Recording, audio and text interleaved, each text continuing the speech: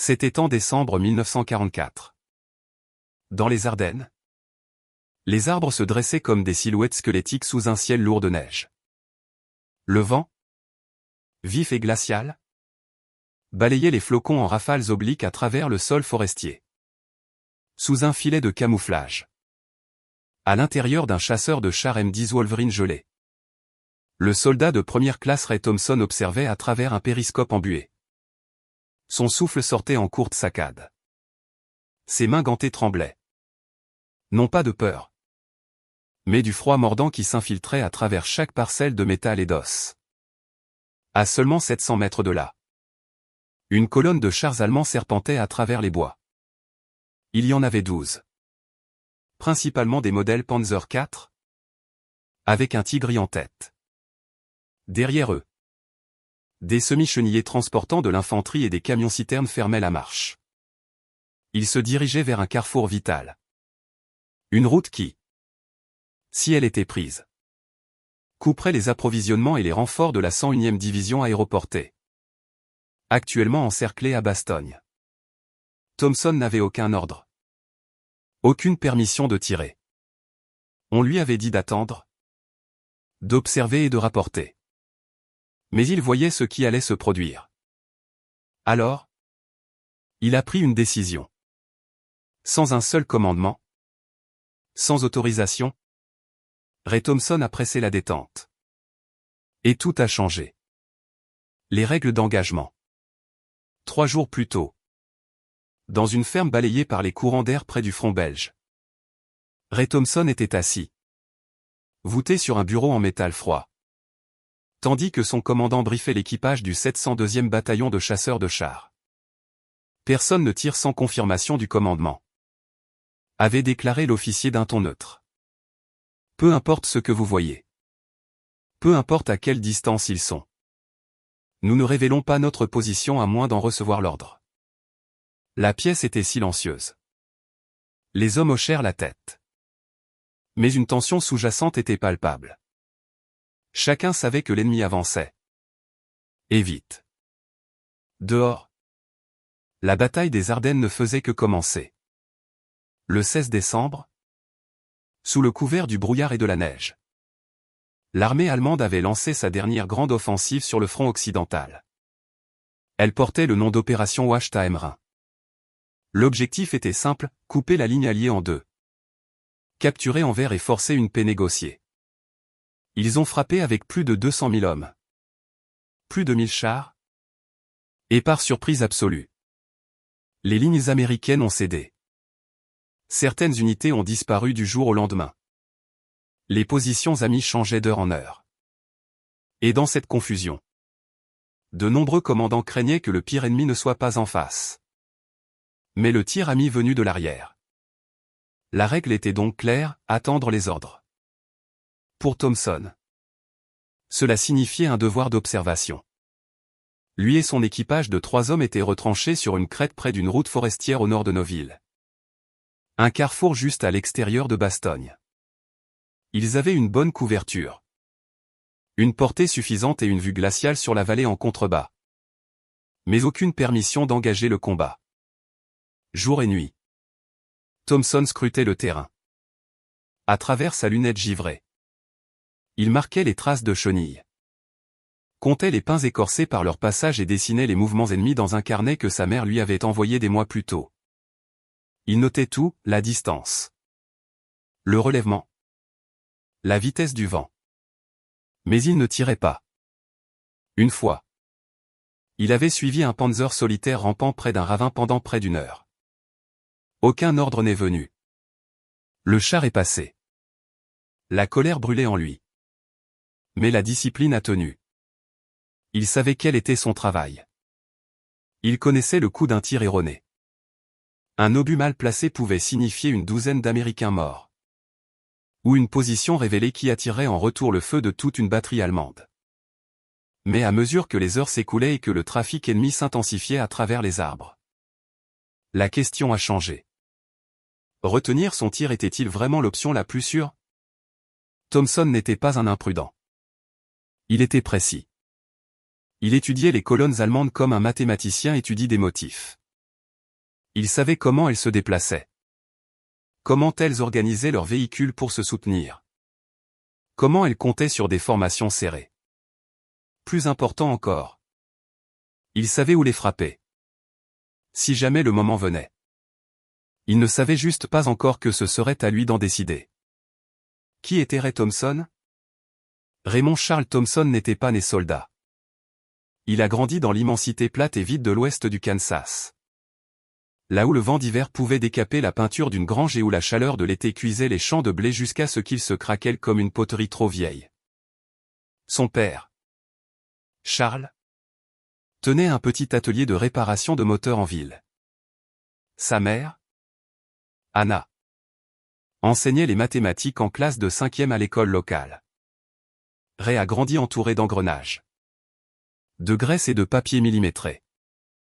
Même enfant, il voyait le monde à travers les angles. Il pouvait vous dire exactement à quelle distance se trouvait un silo à grains par la longueur de son ombre. Quand la plupart des enfants jouaient avec des lance-pierres, Ray en construisait un avec un système de poulies et de contrepoids, essayant de voir jusqu'où il pouvait lancer un caillou avec une précision pure. Il ne s'est pas engagé dans l'armée par désir de se battre. Il s'est enrôlé en 1942 parce qu'il voulait étudier l'ingénierie et que l'armée lui offrait une formation. Une solde et un avenir. Il a eu la formation. La solde n'était pas mirobolante. L'avenir, lui, dépendait de sa survie en Europe. Quand Thompson est arrivé en Normandie, il avait 22 ans et en paraissait déjà 5 de plus. Sa première expérience du combat a eu lieu dans le bocage. Là où l'ennemi pouvait être à 3 mètres sans que vous le sachiez avant qu'il n'ouvre le feu. Il a vu un ami, Jimmy Delgado, brûlé vif quand l'obus d'un Panzer a touché leur semi-chenillé dans un fossé au bord de la route. Un autre, Frank Murray, a été vaporisé par une mine près de Saint-Lô. Après cela, Thompson a cessé de croire en la chance, aux ordres ou aux distances de sécurité. Il a commencé à croire au schéma, aux routines.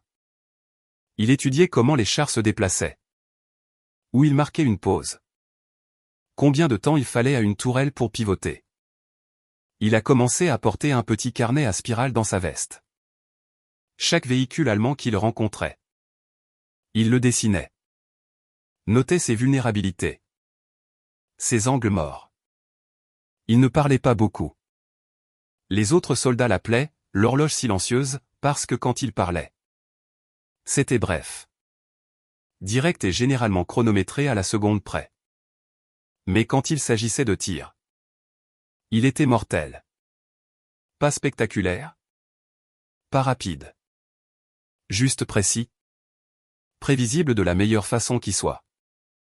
Aux yeux de l'armée, c'était un bon tireur. Discipliné, intelligent, calme sous le feu.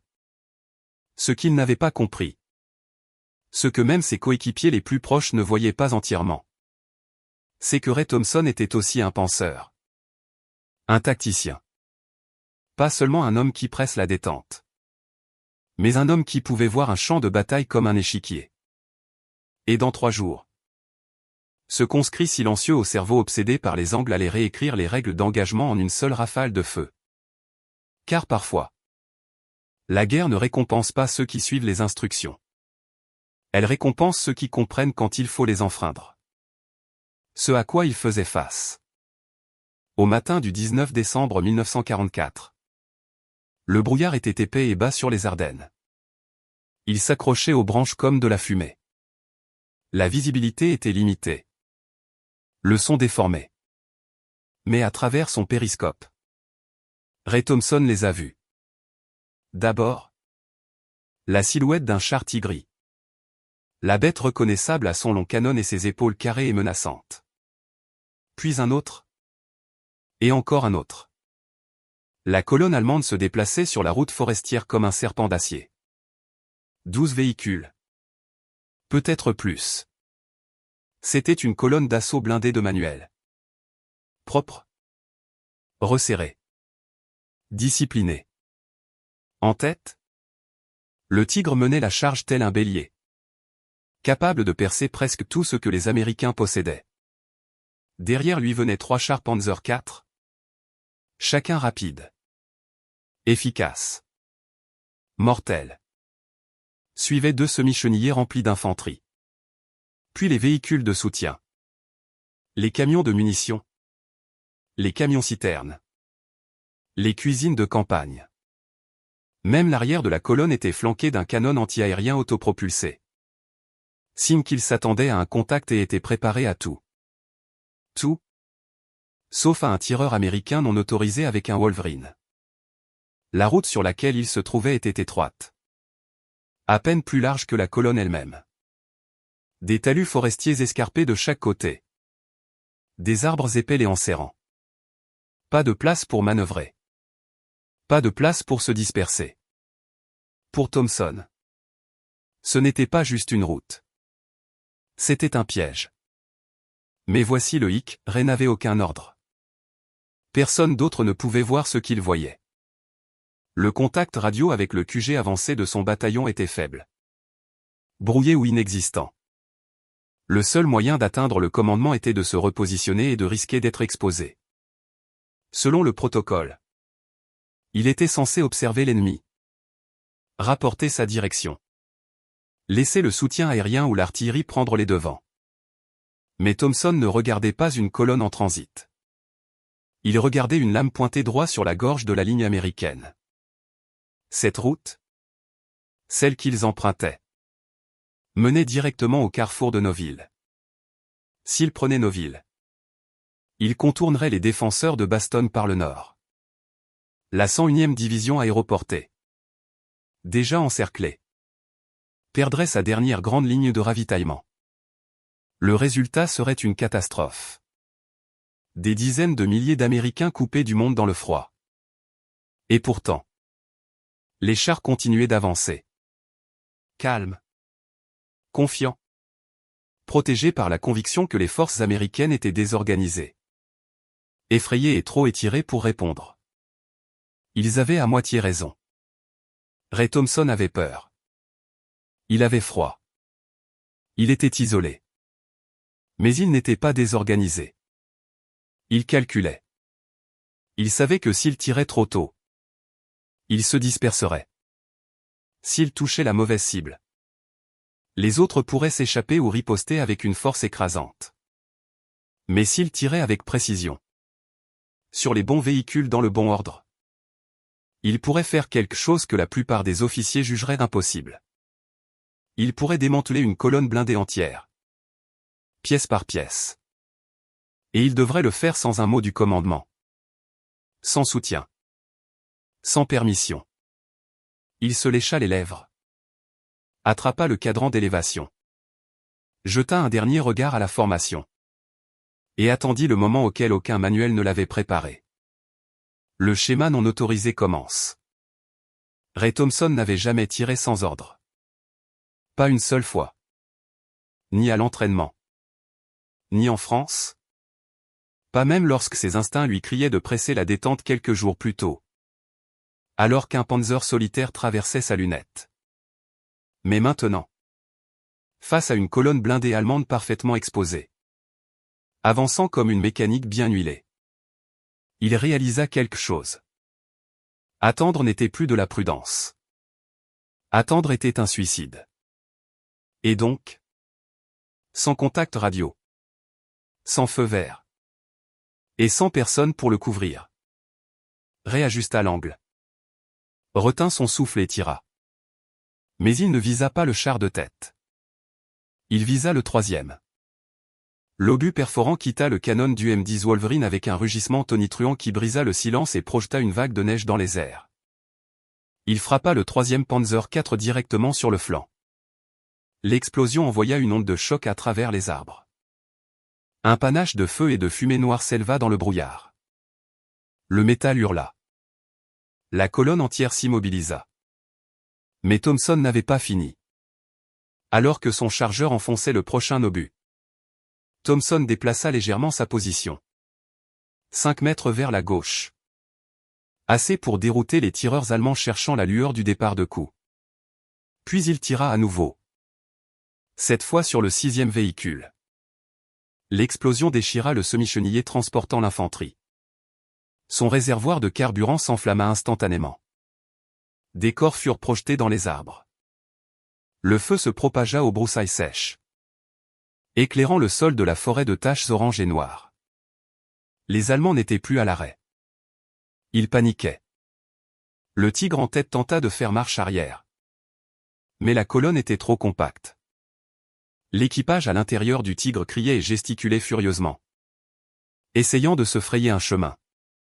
Mais derrière eux, le reste de la formation était maintenant bloqué. Aveuglé. En feu. Piégé. Thompson rechargea encore son équipage. Maintenant pleinement alerte et réalisant ce qui se passait, ne le questionna pas. Ils suivirent son initiative. Il tira sur le 8e véhicule. Un camion-citerne. Le résultat fut instantané et biblique. L'explosion secoua la colline, des flammes jaillissant vers le ciel comme une éruption volcanique.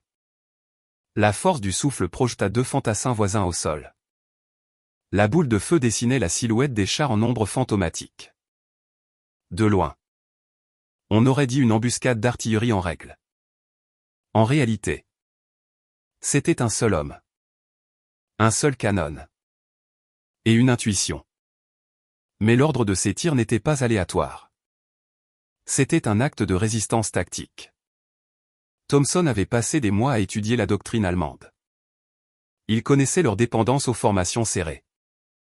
La logique derrière le placement des véhicules, carburant et soutien à l'arrière. Blindés à l'avant. Infanterie au milieu. En éliminant le 3e véhicule, il créa un blocage physique. En frappant le 6e, il paralysa le centre. Le 8e, le camion-citerne, anéantit leur retraite et sema le chaos. C'était un schéma de tir en chaîne. Une perturbation chirurgicale de la structure tactique allemande. Chaque tir était un scalpel. Pas un marteau. Les Allemands, maintenant confus et coupés les uns des autres, commencèrent à tirer sauvagement dans les arbres. Leurs mitrailleurs criblèrent de balles des bancs de neige et des troncs vides. Les fantassins se mirent à l'abri derrière des épaves en flammes, incertains de la provenance du feu. Pour eux, cela ressemblait à un piège. Une embuscade orchestrée par toute une batterie de chasseurs de chars américains. Mais il n'y avait pas d'embuscade. Il n'y avait pas de batterie. Juste Ray Thompson et un équipage qui avait cessé de poser des questions.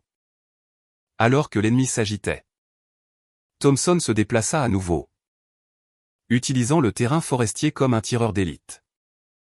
Il savait comment utiliser les angles, jusqu'où son canon pouvait porter sans trop se dévoiler. Chaque nouvelle position était choisie pour la couverture. L'élévation, pour un maximum de confusion. Il ne se contentait pas de tirer. Il démantelait. Et chaque explosion était une autre page arrachée du manuel de campagne allemand. Destruction dans les bois. Les Ardennes étaient devenues silencieuses quelques instants avant le premier obus. Maintenant, elles hurlaient. Les arbres craquaient et tombaient sous les ondes de choc. La neige, le feu et les éclats d'obus remplissaient l'air comme les confettis d'une célébration infernale. Le 3e tir de Thompson avait fait exploser un camion-citerne. Le 4e frappa un semi-chenillé qui avait tenté de reculer. Ses roues patinaient déjà dans la boue glacée lorsque l'obus le toucha, envoyant le châssis dans le ciel en un arc d'acier tordu. Le Tigre allemand en tête était coincé. L'équipage tentait désespérément de faire marche arrière. Mais il était piégé entre des épaves en flammes et des véhicules qui ne pouvaient bouger sans s'emboutir. Leur formation serrée et disciplinée, si efficace en terrain découvert, était devenue un cercueil d'acier sur cette route forestière. Du point de vue de Thompson, tout se déroulait au ralenti. Il voyait des soldats crier, agiter les bras. La confusion se transformait en panique. L'infanterie allemande commença à se disperser dans les bois, abandonnant les véhicules. Certains se mirent à l'abri derrière les arbres. D'autres sprintèrent dans la neige. trébuchant et glissant sur les racines gelées. Un officier grimpa sur un char pour avoir une meilleure vue et fut fauché par une rafale de la mitrailleuse coaxiale de calibre 50 de Thompson. L'équipage à l'intérieur du M10 transpirait maintenant. Non de peur, mais d'épuisement physique. Les mains du chargeur étaient couvertes d'ampoules. La voix du tireur adjoint était rauque à force de crier des coordonnées. Le char sentait la graisse, le métal chaud et la cordite. Mais Ray Thompson était de glace. Concentré. Chaque tir qu'il faisait provenait d'un calcul. Pas d'adrénaline. Pas de rage. Juste des mathématiques pures et pratiquées. Il se repositionnait après chaque 2 obus. Pas loin. 10 mètres par-ci. 20 par-là. Mais assez pour que les tireurs allemands doutent de leur visée. La fumée aidait. Le brouillard aidait. Le terrain aidait. Mais le véritable avantage? Ils pensaient qu'il y en avait plus d'un. Les Allemands croyaient être tombés dans une embuscade tendue par plusieurs unités. Certains parlaient de 4 chars. D'autres de 8. Il y eut même des rapports de batteries d'artillerie américaines dans les collines, bien qu'aucune batterie de ce type n'existât dans ce secteur. La vérité. C'était un seul chasseur de chars M10 avec un équipage de 3 hommes et un tireur qui était censé suivre les ordres. Au bout de 30 minutes, la route était jonchée d'acier en feu. Au moins 5 véhicules étaient détruits. 3 autres étaient immobilisés. Les survivants des équipages de soutien et de carburant à l'arrière avaient déjà fait demi-tour et fui par le sentier forestier. Le Tigre parvint enfin à pivoter sa tourelle, la tournant vers la crête d'où Thompson avait tiré en dernier. Thompson ne broncha pas. Il attendit. Il savait que le blindage du Tigre était le plus épais à l'avant, mais le plus faible sur les côtés. Et si l'on connaissait le moment exact où il tournait, où la coque exposait juste une parcelle de son flanc lors du repositionnement, c'était la fenêtre de tir. Le 5e obus quitta le canon et fit mouche. Un éclair blanc et brûlant déchira le flanc du Tigre. Pendant une seconde, il a tenu. Puis les munitions internes ont explosé.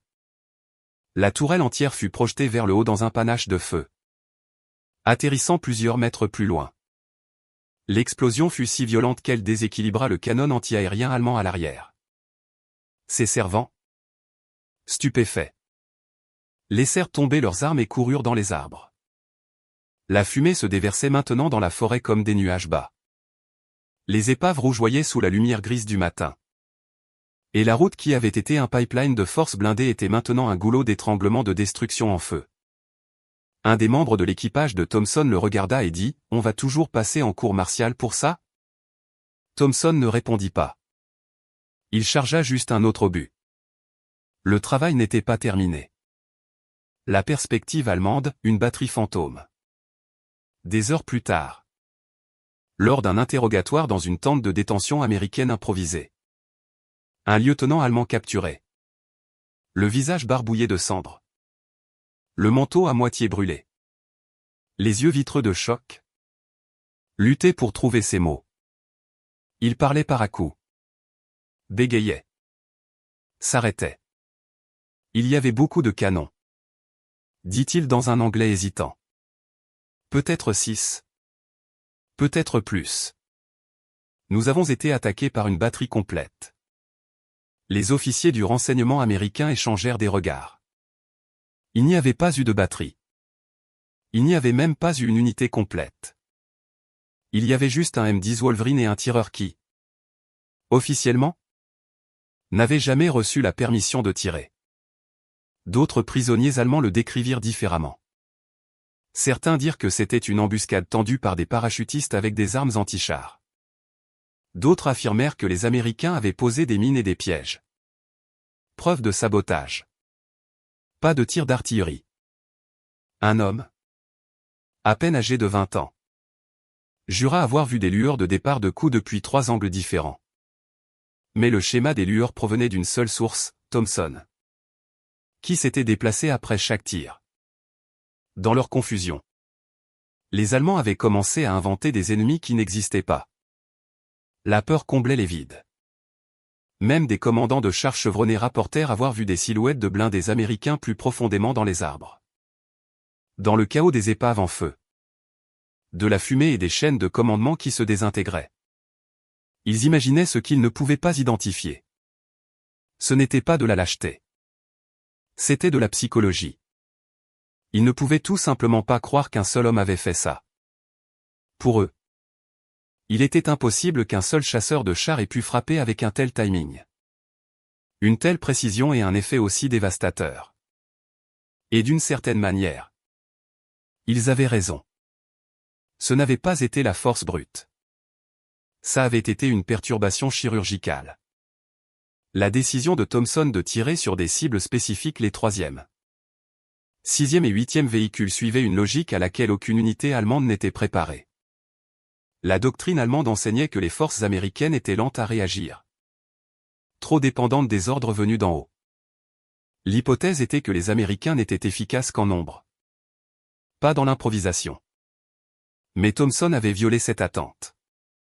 Il avait pensé comme un commandant allemand, puis frappé comme un fantôme. Un prisonnier a décrit la scène comme si les arbres eux-mêmes avaient ouvert le feu. Un autre a prétendu avoir entendu des sifflements, qui aurait pu être un souvenir différé des obus ou simplement le vent dans les arbres, déformé par la peur. Lorsque les forces américaines sont arrivées pour nettoyer la route des heures plus tard, ce qu'elles ont trouvé a stupéfié même les vétérans les plus endurcis. Les débris ressemblaient aux séquelles d'une frappe aérienne coordonnée. Des véhicules empilés comme des dominos. Des carcasses calcinées soudées les unes aux autres par la chaleur. Des cadavres gelés gisant dans la neige. Certains serrant encore leurs fusils. Des arbres éclatés comme des cure-dents. Des chenilles tordues, profondément enfoncées dans la terre. Mais par-dessus tout, ce qui manquait, ce qui rendait la scène si étrange, c'était l'absence de morts américains. Il n'y en avait aucun, car il n'y avait jamais eu qu'un seul tireur. À partir de ce jour, les survivants de cette colonne allemande désigneraient l'incident par une seule expression, Die Gesterbatterie. La batterie fantôme. Désobéissance ou génie? Pendant 48 heures, Ray Thompson s'attendait à être arrêté.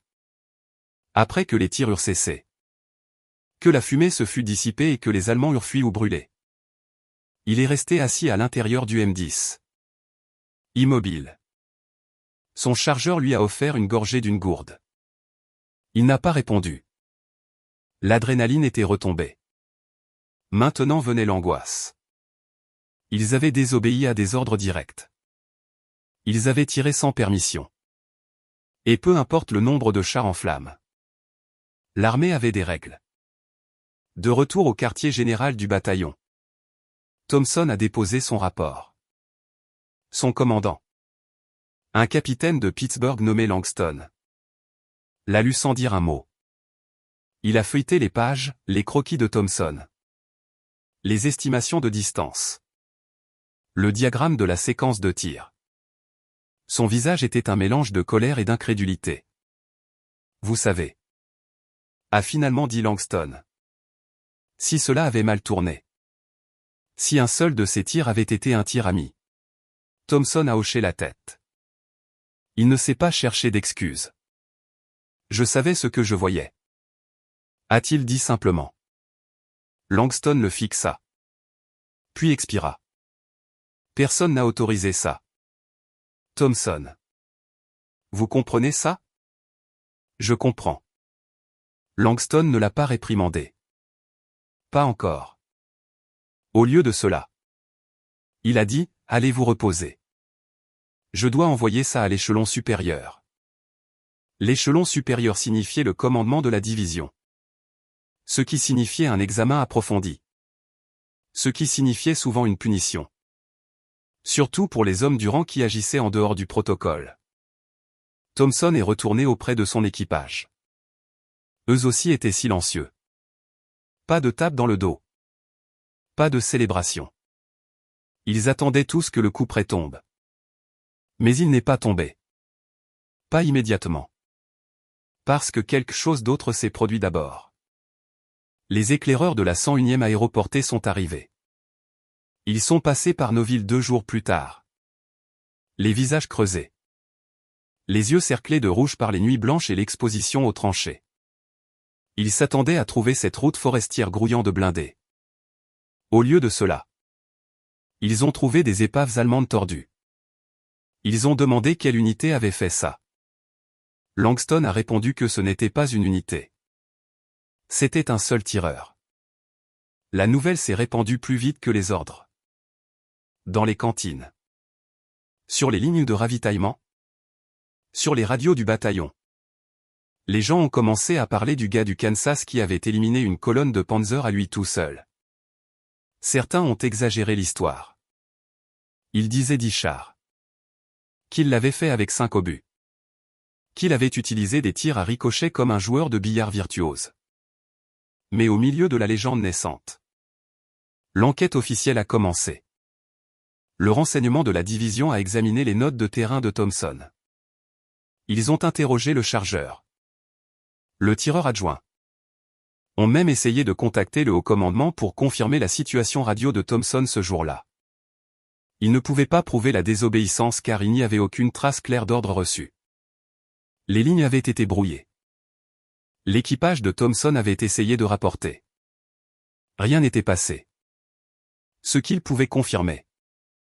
Cependant, c'était le bilan, 7 véhicules complètement détruits. 4 autres neutralisés. 0 perte américaine. Un objectif stratégique. La route nord de nos villes. Tenue. Une unité aéroportée. Coupée du monde et assiégée. Reconnectée à ses lignes de ravitaillement. Et une décision. Prise en silence et sans autorisation. Avait maintenu ce corridor ouvert. Langston a été convoqué pour transmettre la décision finale. Il s'attendait à une réprimande. Ce qui est venu à la place était quelque chose de plus inhabituel. Le commandant de la division a dit « Ne mettez pas ça dans le briefing officiel. » Pas encore. Mais dites à votre tireur que nous allons suivre son travail. Thompson n'a pas reçu de médaille. Pas à ce moment-là. Mais il n'a pas été traduit en cour martiale. En fait, il a été discrètement affecté à la formation d'autres tireurs sur la théorie des schémas de tir. Comment neutraliser des convois par séquence plutôt que par force brute? Personne n'a prononcé le mot « héros ». Personne ne l'a salué. Mais on lui a demandé de schématiser son processus de décision. Et ces schémas ont été envoyés à Fort Sill, en Oklahoma, à l'école d'artillerie de l'armée américaine. C'est là qu'il a compris. Il ne lui avait pas seulement pardonné son acte. Il l'étudiait. Langston l'a approché un soir. Des semaines plus tard. Alors que Thompson nettoyait la culasse d'un canon sans recul. Vous savez, a dit Langston. J'étais prêt à vous signaler pour insubordination. Thompson a levé les yeux. Langston a haussé les épaules. Mais ensuite, j'ai lu cette ligne dans votre carnet. Celle sur l'effondrement contrôlé. Qu'est-ce que vous vouliez dire par là? Thompson s'est essuyé les mains. Quand vous retirez une pierre d'un mur, dit-il, le reste s'écroule. Si vous savez où tirer. Langston a souri.